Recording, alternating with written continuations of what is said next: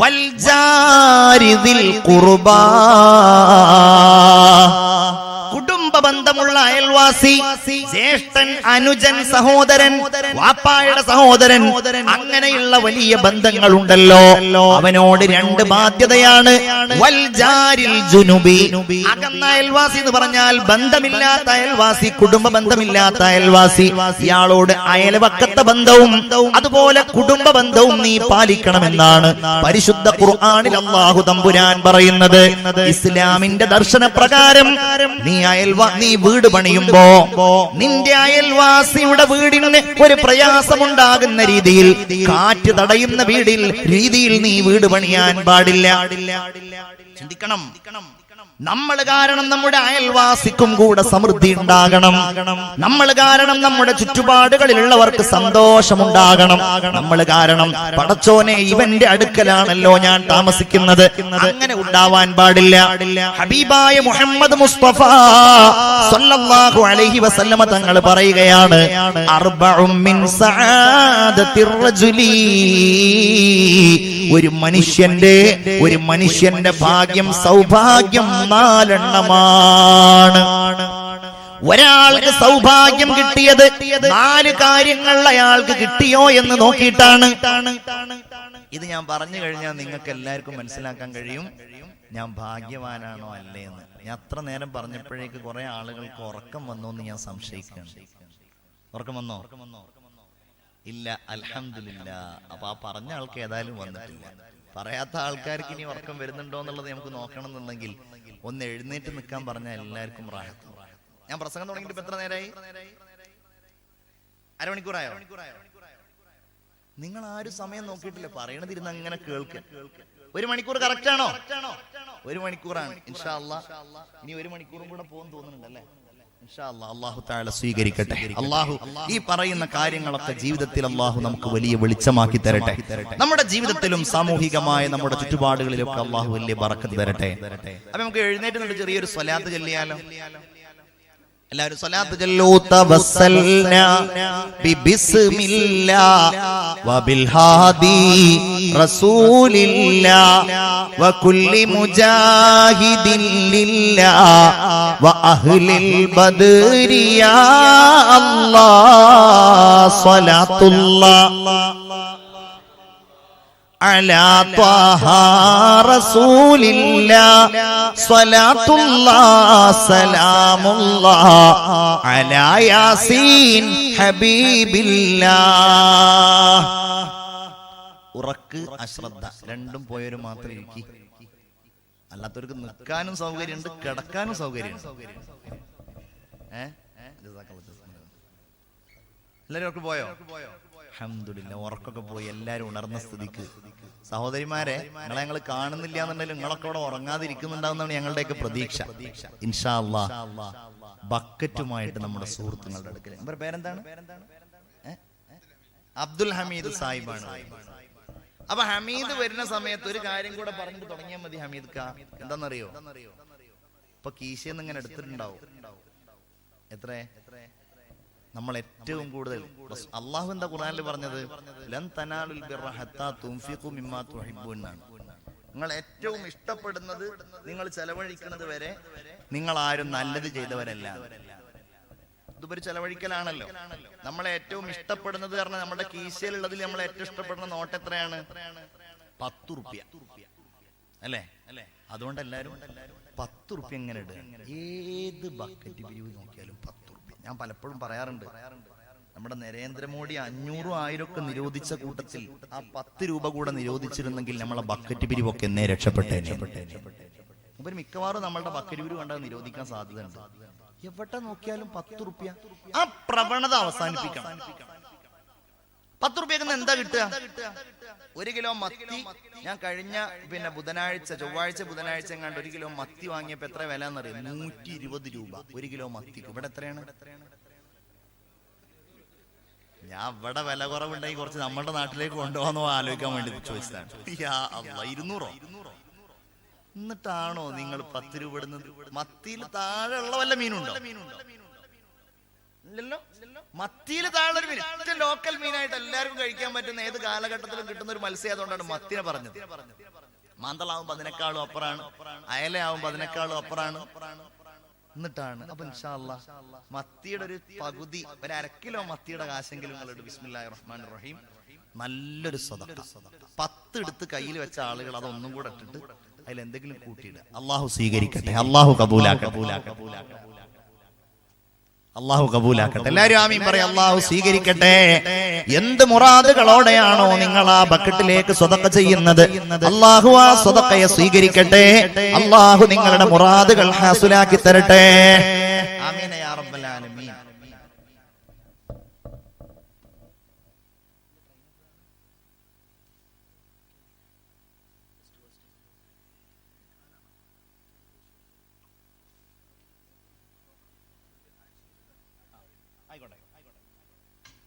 അപ്പൊ നമ്മൾ പറഞ്ഞുകൊണ്ട് വന്നത് എന്താ? അപ്പൊ ഞാൻ ഈ ഇത് പറയുന്നതിന്റെ മുമ്പ് എന്താണ് പറഞ്ഞത് നിങ്ങൾ പറയണം. ഞാൻ എന്ത് പറഞ്ഞിട്ടാ നിർത്തിയത് നിങ്ങൾ ശ്രദ്ധിക്കണം. മാഷാ അല്ലാഹ്, മാഷാ അല്ലാഹ്, മർഹബ. ഇതൊരു ആത്മസുഹൃത്താണ്.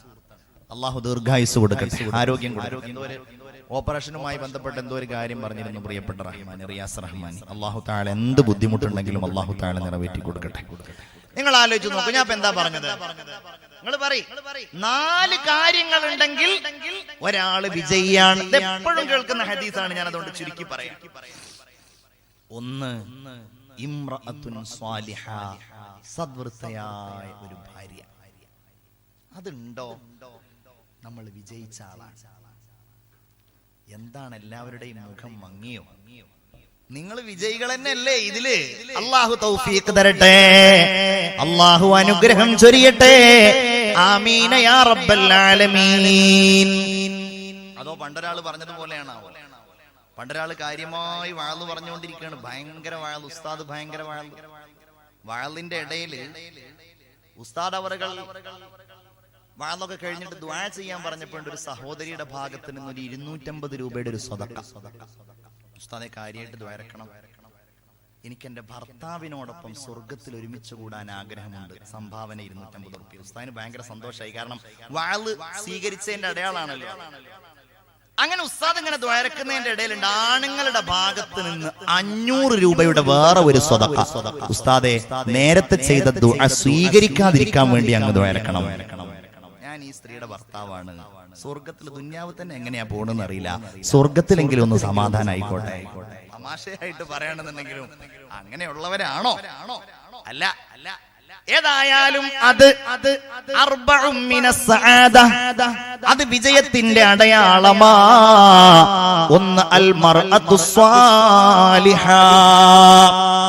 രണ്ടാമത്തേത് വൽ ജാറു സ്വാലിഹ്, നല്ല അയൽവാസി ഒരാൾക്കുണ്ടാവുക. നല്ല ചുറ്റുപാടുകളിലുള്ളവർ, അത് മുസ്ലിം ആവട്ടെ മുസ്ലിങ്ങളല്ലാത്തവരാകട്ടെ, സന്തോഷമുള്ളാകുന്നവരുണ്ടാവുക, ആനന്ദമുണ്ടാക്കുന്നവരുണ്ടാവുക, ആഹ്ലാദകരമായ ജീവിതം ഉണ്ടാക്കുന്നവരുണ്ടാവുക. ഞാൻ എന്നെ കുറിച്ച് പറയാമല്ലോ, എന്റെ ചുറ്റുപാടുകളിലുള്ള അയൽവാസികൾ മുഴുവൻ മുസ്ലിങ്ങളല്ലാത്തവരാണ്. എന്റെ വീടിന്റെ മുകളിലുള്ളവൻ ഒരു മുരളിയാണ്, അതിന്റെ ഇപ്പുറത്തുള്ളത് ഒരു ദേവകിയുടെ വീടാണ്, അതിന്റെ ഇപ്പുറത്തുള്ളത് ഒരു മുസൽമാനായ എന്റെ ബന്ധുവായ ഒരു ഉസ്മാന്റെ വീടാണ്. ഞാൻ എപ്പോഴും ചിന്തിക്കാറുണ്ട്, അല്ലാഹുവേ, ഒരു മതമാവണമെന്നില്ലല്ലോ സ്നേഹം പങ്കുവെക്കാൻ, സൗഹാർദ്ദം പങ്കുവെക്കാൻ, പരസ്പരമുള്ള ഇഷ്ടം പങ്കുവെക്കാൻ. അതാർക്കുമാകാമല്ലോ, മനുഷ്യനായാൽ മതിയല്ലോ. ജാതിയുടെയും മതത്തിന്റെയും അതിർവരമ്പുകൾ മാറ്റിവെച്ച് അയൽവാസി എന്ന ആ സ്നേഹം കൊണ്ട് ആ ബന്ധങ്ങളെ നിബദ്ധമാക്കുവാൻ വേണ്ടി നമ്മെ പഠിപ്പിച്ചു ആദരവായ നബി മുഹമ്മദ് മുസ്തഫ സല്ലല്ലാഹു അലൈഹി വസല്ലം. അവനെ ബഹുമാനിക്കാൻ പഠിപ്പിച്ചു അല്ലാഹുവിന്റെ ദീൻ. അപ്പൊ നല്ല അയൽവാസി ഉണ്ടാവുക. മൂന്നാമത്തേത് എന്താണ്? മൂന്നാമത്തേത് അവിടെ നിൽക്കട്ടെ. നാലാമത്തേത് വൽ മർകബുൽ ഹനീ, വൽ മർകബുൽ ഹനീ, ഇണങ്ങിയ ഒരു വാഹനം ഉണ്ടാവുക. മൂന്നാമത്തേത് വൽ മസ്കനുൽ വാസിഅ, വേറെ ഹദീസിൽ വദ്ദാറുൽ വാസിഅ, വിശാലമായ വീട്. ഇവിടെയാണ് നമ്മളൊക്കെ പെടാറുള്ളത്.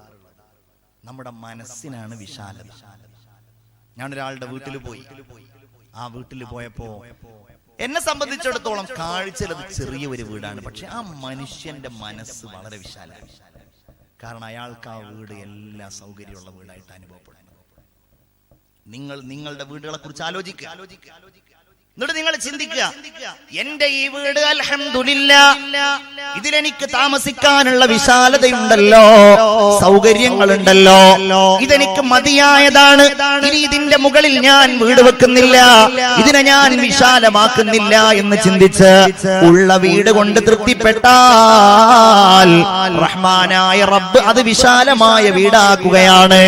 എന്നാൽ വീടുണ്ടാക്കി ഒരു കൊല്ലം കഴിഞ്ഞപ്പോ റൂമിന്റെ വീതി പോരല്ലോ, സിറ്റ് ഔട്ടിന്റെ വീതി പോരല്ലോ, അതുപോലെ അതിഥികളെ സ്വീകരിക്കാനുള്ളതിന്റെ വിശാലത പോരല്ലോ എന്ന് പറഞ്ഞിട്ട് കടം വാങ്ങിയും ബുദ്ധിമുട്ടിയിട്ടും ഉള്ള വീട് പൊളിക്കാൻ തയ്യാറാകുന്നുവെങ്കിൽ നിന്റെ വീട് വിശാലമായ വീടല്ല. നിന്റെ വീട് നീ വിജയിച്ചതിന്റെ അടയാളം നിനക്ക് കിട്ടിയിട്ടില്ല. വിശാലമായ വീടെന്ന് പറയുന്നത് ഏതാ? ആ വീട്ടിലേക്ക് നിന്റെ പ്രിയപ്പെട്ട ഉമ്മയെ നീ കൊണ്ടുവന്നിട്ടുണ്ട്.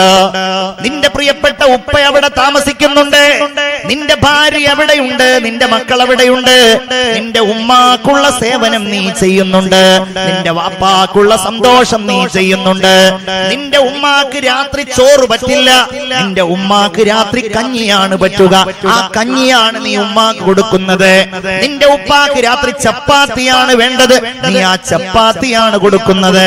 അവിടെ അസ്വാരസ്യമില്ല, അവിടെ സങ്കടമില്ല, അവിടെ സംഘട്ടനമില്ല, എല്ലാം അവിടെ സമാധാനമാണ്. എങ്കില് ആ വീടാണ് അൽ മസ്കനുൽ വാസിഅ, വിശാലമായ വീട് എന്ന് നബിയുന മുഹമ്മദ് മുസ്തഫ സല്ലല്ലാഹു അലൈഹി വസല്ലം സൂചിപ്പിച്ച വീട്. എന്നാൽ ഇന്നത്തെ വിശാലത എവിടെയാണ്? ഇന്ന് എന്തിനാണ് ഗൾഫിൽ പോകുന്നത്? നമ്മുടെയൊക്കെ ലക്ഷ്യം ഒരു വീടുണ്ടാക്കുക എന്നുള്ളതാണ്. എന്റെ പ്രിയപ്പെട്ടവരെ, വീട് നമുക്ക് അനുയോജ്യമായ വീടാകണം. ഒരു വലിയ സമ്പന്നനാണെങ്കിൽ അവന് വരുമാനമുണ്ട് എങ്കിൽ അവൻ ഇഷ്ടമുള്ള എത്ര വലിപ്പമുള്ള അമിതമല്ലാത്തതായിരിക്കുന്ന വീടെടുക്കുന്നതിൽ അല്ലാഹുവിന്റെ ദീൻ ഒരിക്കലും അവനോട് വിലക്ക് പറയുന്നില്ല. എന്നാൽ ഇന്ന് വീടെടുക്കുന്നത് എങ്ങനെയാ? ഞാൻ കഴിഞ്ഞ ദിവസം ഒരു വീട്ടിൽ പോയപ്പോ ആ സഹോദരന്റെ വീട് യൂട്യൂബിലൊക്കെ ഉണ്ട്, അവന്റെ വീടിന്റെ ഹൗസ് വാമിംഗ് ഉണ്ട്. എന്നാൽ അദ്ദേഹത്തിന്റെ ഉപ്പ എന്നോട് പറഞ്ഞു, ഈ വീടെടുത്തതിന് ശേഷം ഇവിടെ സമാധാനമില്ല, മുഴുവൻ കടമാണ്. അവനാണെങ്കിലോ എല്ലാ സൗകര്യങ്ങളുമുള്ള ആളായിരുന്നു, പക്ഷെ ഈ വീടെടുത്തതോടുകൂടെ അവനാകെ പ്രശ്നത്തിലാണെന്ന് എന്നോട് പറഞ്ഞു. എനിക്ക് തോന്നിയ ഒരു കാര്യം, വീടെടുക്കാൻ വേണ്ടി ഒരുങ്ങിയ ഒരാൾ അവന്റെ ബഡ്ജറ്റിൽ ഒതുങ്ങാത്ത, അവന്റെ ഭാര്യയുടെ സമ്മർദ്ദപ്രകാരം, അവന്റെ പൊങ്ങച്ചത്തിന് വേണ്ടിയിട്ട്, അവന്റെ ആഡംബരത്തിന് വേണ്ടിയിട്ട് അവൻ വീടുണ്ടാകുമ്പോ അവന്റെ വരുമാനത്തിനപ്പുറത്തേക്ക് പോയിട്ട് ബാങ്കിൽ പോയി ലോൺ എടുത്ത്, പലിശക്ക് പണമെടുത്ത്, ആളുകളിൽ നിന്ന് കടം വാങ്ങി, അങ്ങനെ അലങ്കാരവും സന്തോഷവും അലങ്കാരവും അതുപോലെ വലിയ വലിയ സംവിധാനവും ഒക്കെ ഒരുക്കിയാൽ ആ വീടൊരിക്കലും സമാധാനത്തിന്റെ വീടാവുകയില്ല.